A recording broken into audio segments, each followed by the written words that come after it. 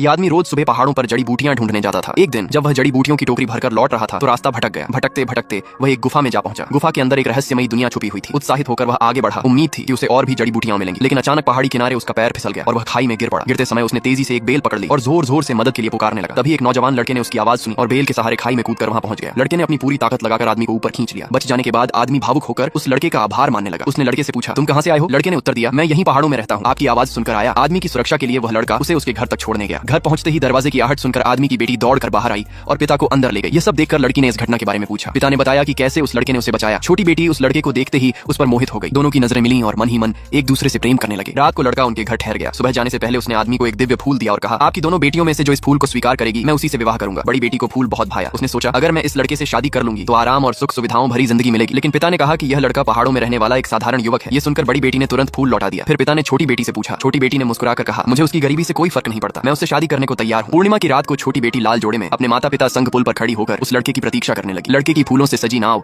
धीरे धीरे किनारे लगी। वह नाव से उतरकर आया और दुल्हन का घूंघट उठाया। लड़की ने वह दिव्य फूल आगे बढ़ाया तो आकाश से फूलों की वर्षा होने लगी। गांव वाले और परिवार वाले जोड़े को शुभकामनाएं देने लगे। दुल्हन नाव पर बैठकर अपने पति के साथ पहाड़ों की ओर चली गई। शादी के बाद छोटी बेटी अपने पति के साथ पहाड़ों में बहुत खुशहाल जीवन जी